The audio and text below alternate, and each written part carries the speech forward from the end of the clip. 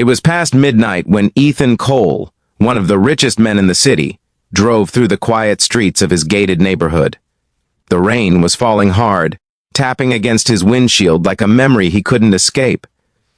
He'd stayed late at the office again, another night spent building an empire that still couldn't fill the emptiness inside. But as he turned toward his mansion, he hit the brakes. There, near the park bench by his driveway, was someone sleeping, soaked, trembling, clutching something close. He got out, irritated at first, but when the lightning flashed, he froze.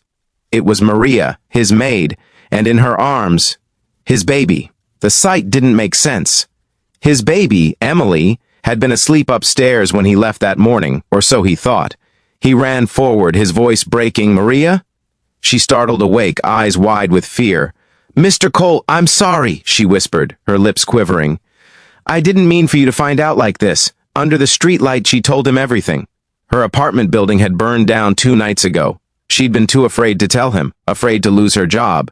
She'd been sleeping in the laundry room with her own newborn until tonight, when the night guard kicked her out. She hadn't wanted to leave baby Emily alone in the house with no one to watch her, so she took her, hoping to bring her back before dawn. Ethan looked at the tiny child wrapped in Maria's arms, still safe and dry under her own coat. His anger dissolved into something heavier. Shame. He had paid her wages, yes, but had never once asked if she was okay, never wondered how someone who smiled so warmly could hide so much pain. He drove her back to the mansion in silence. Inside, Maria tried to apologize again, but Ethan stopped her. "You protected my daughter better than I ever have," he said quietly. "You don't owe me an apology." The next morning he canceled his meetings and spent the day fixing what he'd broken, not his company, but his humanity. He helped Maria find a new home, paid off her debts, and made sure her child would grow up safe. For the first time, he didn't feel like a billionaire trying to buy peace.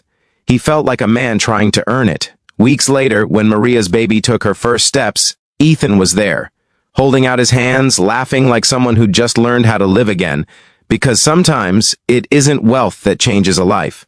It's one small act of compassion that reminds us what it means to be human.